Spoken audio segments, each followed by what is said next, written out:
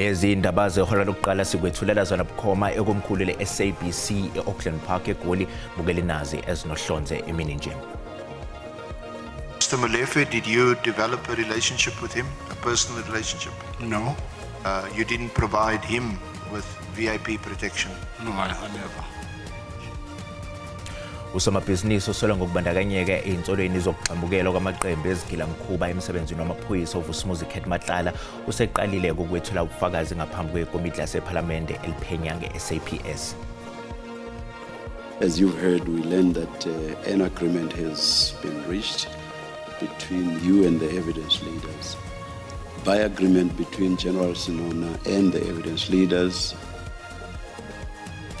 iKhomishana kaMadlanga ihlehliselwe kulesihlanu ngemva kokuthi ubufakazi benhloko yamaHawks kwaZulu Natal uMajor General Lesija Sinona buhlehliselwe kumasingana wangonyaka ozayo. I'm not going to that kangaroo court where Songezo Zivi is the chairperson, the evidence leader, the interrogator, the witness selector, and the adjudicator in one. Where have you ever seen something like that? Lo wabe yisikhulu esiphezulu sesikhwama esinxephezela ke izisulu zezingozi zomgwaqo road accident uCollins Letswalo uthi ngeke alibhade ophenyweni olwenziwa yikomiti elibhekele ukusetshenziswa kwemali yabakhokhintela iScopa. As the volume goes up inside the Orlando Stadium, the Christmas lights are, oh, no ways!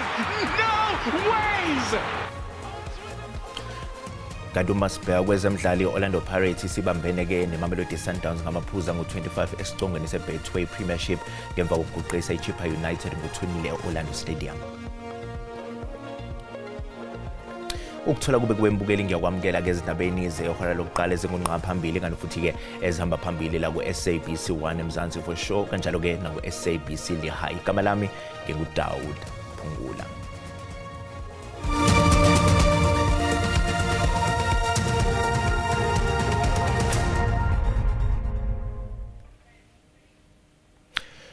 Lokho solwa ke ngecala lokuzama ukubulala ekuthiwa ke ungqondongqondo eqhwagweni kwamandla amaphoyisa kulelo uVusumuzi Matlala useqalile ukwethula ubufakazi ngaphambi kwekomiti lePhalamende eliphenya nge-SAPS.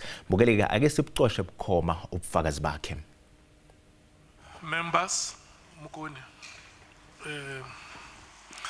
Matebela santo batho mele go binabina. Okay. Are in rosho ga mabya. We will come back at 14 hours.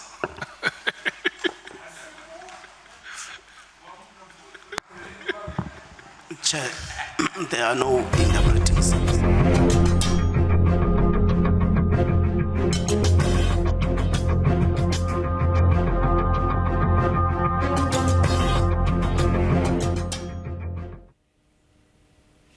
iKhomishana kaMadlanga ihlehliselwe kulesihlanu ngemva kokuthi ke ubufakazi benhloko yamaHawks kwaZulu Natal uMajor General Lesija Sinona buhlehliselwe kumasingana wakunyaka ozayo. as you've heard, we learned that an agreement has been reached between you and the evidence leaders. By agreement between General Sinona and the evidence leaders, the following is ordered. 1. It is recorded that General Sinona is in possession of all documents emanating from the Commission that he requires to consider for the purposes of preparing his witness statement. 2.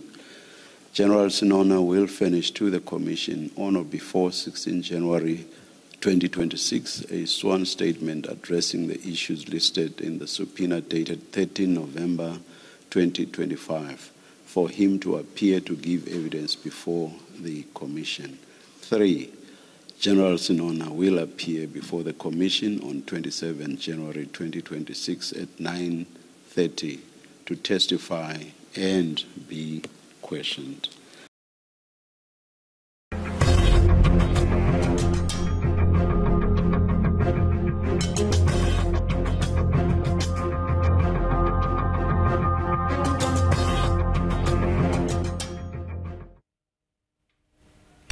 Usihlalo weScopa uSongezo Zibi usesabise ngokuthi uzovula ke icala avuleleke lo wayisikhulike esiphezulu seRoad Accident Fund uCollins Letswalo njengoba ke ngavelanga ngaphambi kwekomiti. uLetswalo ube kwacaca ukuthi ngeke avele ke ngaphambi kwaleli komiti njengoba ekholeleke ekutheni ke indlela elenza ngayo ke ayinabo ubulungiswa. I am not participating in an unlawful process. Ngenkathi ebuza ukuthi ngabe yini engafuna ukuvela ngaphambi kweScopa ube sethi akakuqondisisi kahle ukuthi ingane uSongezo Zibi engusihlalo wekomiti ephinde bengohola ubufakazi kanti uyena futhi noqoka abantu abazokwethula ubufakazi. I'm not going to that kangaroo court where Songezo Zibi is the chairperson, the evidence leader, the interrogator, the witness selector and the adjudicator in one. Where have you ever seen something like that? Lona wakwaba isikhulu esiphezulu seref uchaze mayelana nesibalo sonogada ababemqaphile. I had 6 bodyguards. My family had 3. 2 of them are relievers. I'm telling you, it's a simple thing. Let me explain. There's the first car where I sit in, which was an armored vehicle. There is a driver and what they call BG1, which is a bodyguard. Below is, behind us, it's one person who's driving and the other one. When I get out, the 2 remain in the car, the other ones move with me. Songezo Zibi ngusihlalo weScopa uveza ukuthi uzovulelwa icala uLetswalo njengoba ehlulekile ukuvela ngaphambi kwekomiti. Should he change his mind to answer to all the things we want him to speak to? If he doesn't, then the committee will take stern action against him, and the options available in the option available in the legislation is to press criminal charges. So that's an option that the committee may take. Incwadini evele kubameli bakhe beyibhekise eParliamente baveza ukuthi lona bammele ngeke zebe ingxenye yohlelo lungekho emthethweni. Owesifazane oyisihlobo esondelene kakhulu nomholi weMK Party uJacob Zuma ufuna kuboshela abanesandla ngokuthunyelwa kwezingane zabo kwelaseRussia ezigcine sezifakwe ebuthweni ke lamasosha aqhuba ke impi eUkraine. Indodakazi kaZuma uDuduzile Zuma Sambudlo ngomunye ke kwabavulelwe ke icala ehlobene ke nokuhanjiswa kwabesilisa empini okubikwa ukuthi babethenjiswa ukuthi ke bayoqeqeshwa kwelaseRussia. Ngingazi noma kuzokwenzeka yini. Nkosikazi uPhumla Zuma uthi inhliziyo yakhe iphukile. Uthi akasakwazi nokudla nokulala ebusuku.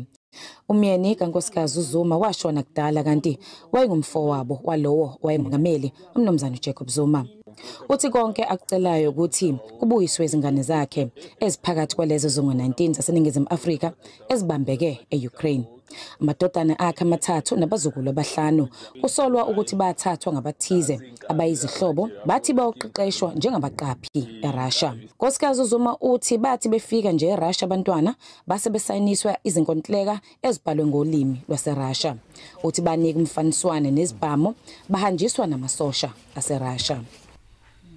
Abakwazi ukuphatha uMaths angisho ngoba kuzingane zami. Ngicabanga ukuthi zonke lezi zingane ezihambile ziphila leyo mpilo. Kangakanani ke usinikezwe isibhamu ungakazi usiphathe kuthiwa shona khona. Kulengiswa ama hand grenade kuwena kuthiwa shona khona ungakazi utrain. Sasingazike ngangingazike ukuthi kuyoba nje. Nkosikazi uZuma uthi komphula umoya kakhulu ukuthi izingane zakhe zathathwa ngabantu abazihlobo. Uthi ke uke wakhuluma nalowo wayengumongameli uMnumzane Jacob Zuma ukuthi angenelele. Wayethembise ukuthi uzobuya nabo ngoba yonke le ndaba akayazi. Uthi ke waba akakwazanga ukumbona upresident waseRussia. Wabhala incwadi washiya nemali yokuthi abantwana masekulungisa into zabo bathenga amathikithi babuye. Wacela nokuthi bakhishwe kule danger zone abakuyona. Kwindaba zeSABC ngingwahenda Mhlongo eNkandla.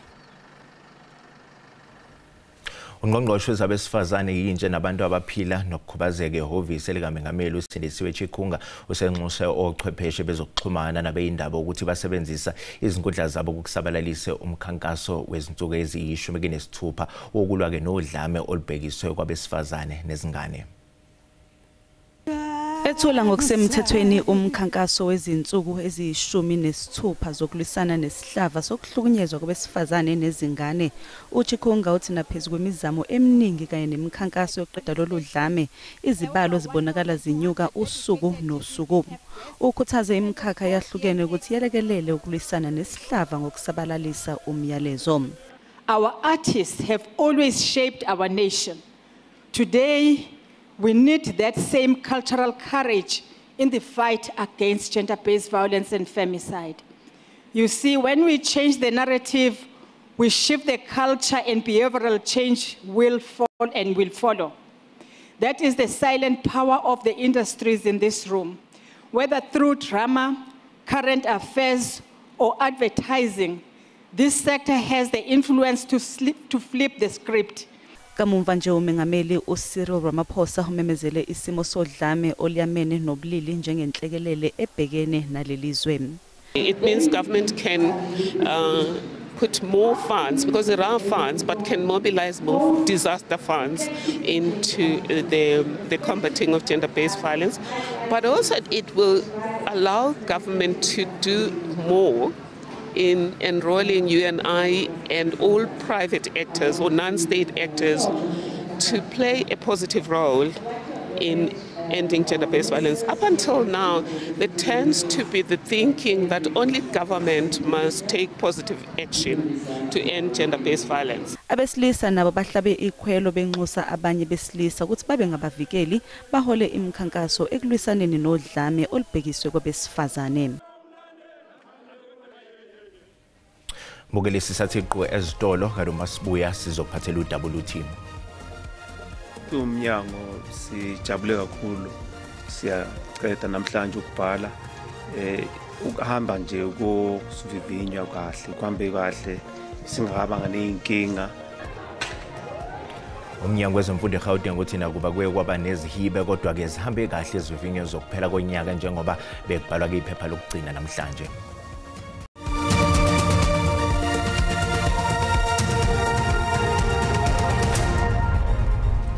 Bukela sikubingelele siphinde sikwamukele izindabeleke zehora lokuqala.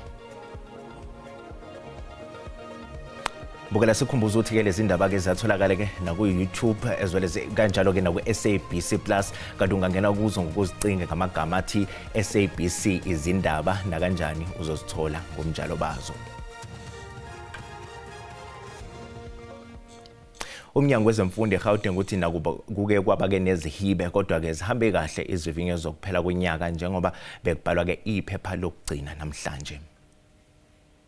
Iziko lendaba ze-SABC livakashele isikole esibizwa ngokuthi ke iMohlodi Maritime School of Specialization nalapho ke abafundi bebhala khona ke iphepha iMarine Sciences. Uzokhumbula ukuthi namhlanje usuku lokugcina nci abafundi bebhala ivivinyo zabo zika matriculation kanti sibabonile ke abafundi bebhala kanti ke baphakathi nephepha iphepha kulindele ukuthi ke lithathe isikhathi esingaphezulu kwamahora amabili. Ukhona ke okhulumela umnyango wezemfundo la esifundazweni eGauteng uSteve Mabona okuyena ozosichazela ukuthi ingabe kuhamba kanjani ukubhala nangeyinkinga abake babhekana nazo selokhu kwaqala ukubhala.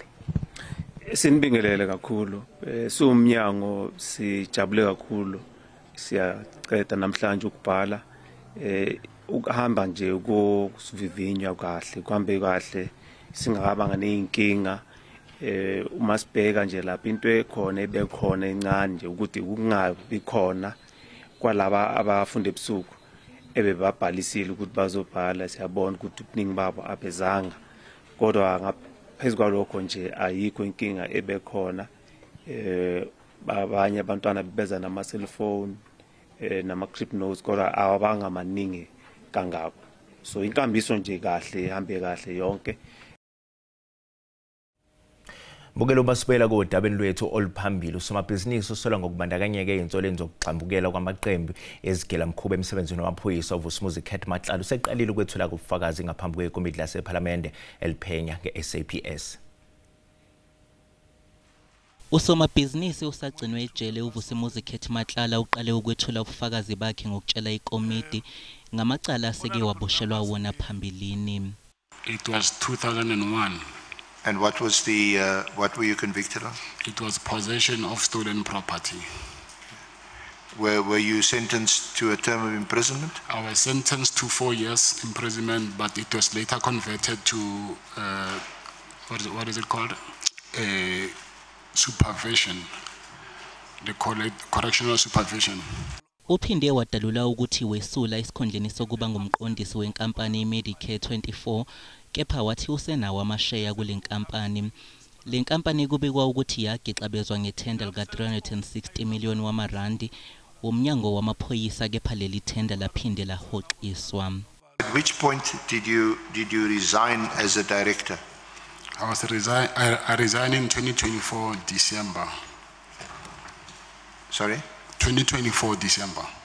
December 2024. Yes.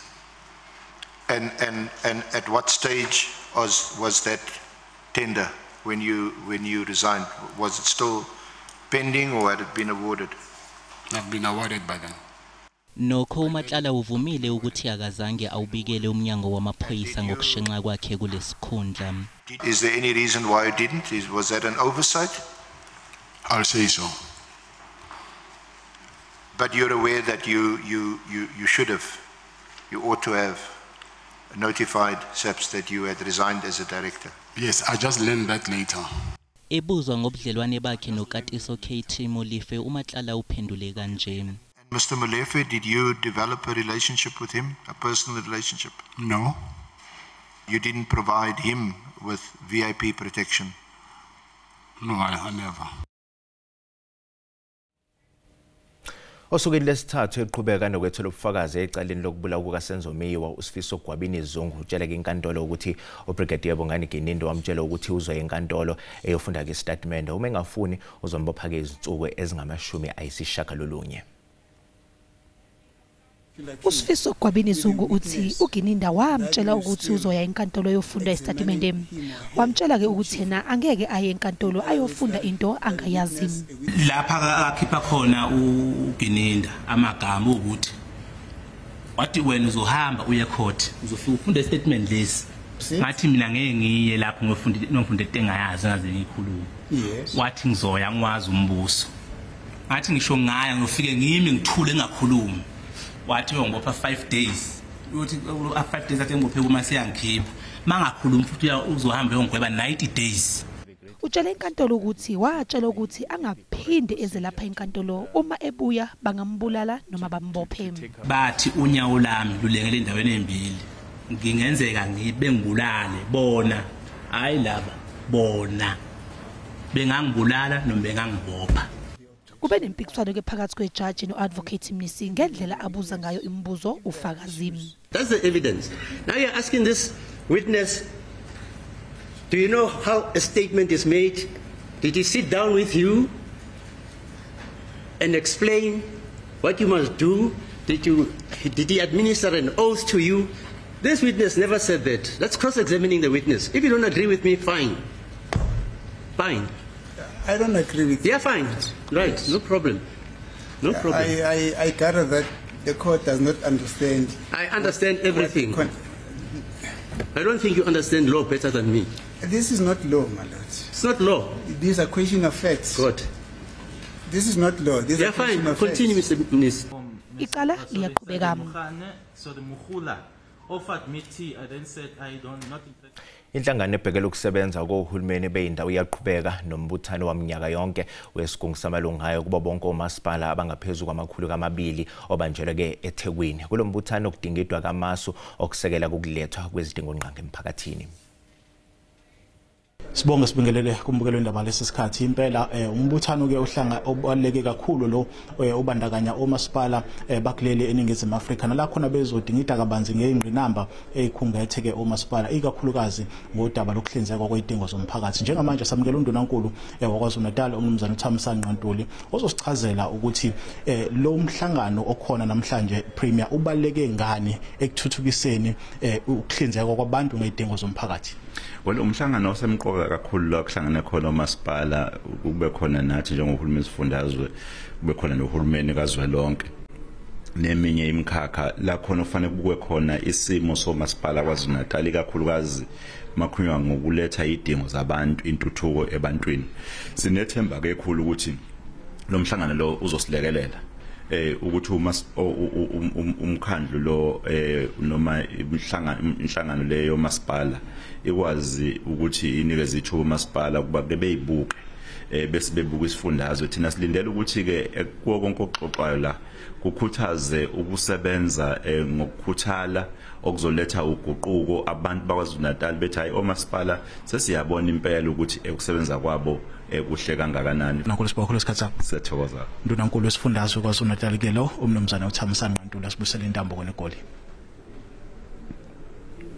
Iziphathimandla zinxusa ko-omasipala ukuthi basebenzise imithetho evimbela abantu ukuthi bakhe imizi yabo eduzane nemfula. Lokuza-ke ngemva kwemvula-ke namandla emuke nabantu kabathathu eMshwathi kwaZulu Natal.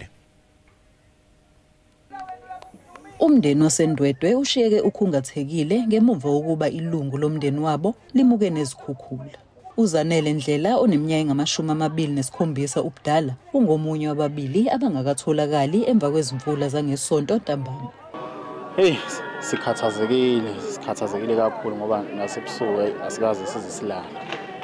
Asikaze sizisibulale ngisho ubuthongo nomango umshiye lapha ekhaya isimo singesihle kahle naba nomalume nobaba ngihamba naba isimo sihle akuhle. Umnyango wezokubusa ngokubambisana uqinisekise ukuthi izifunda eziyisikhombisa esifundazweni ezithintekile kodwa umasipala waseMshwathi yiwona okhahlamezeke kakhulu.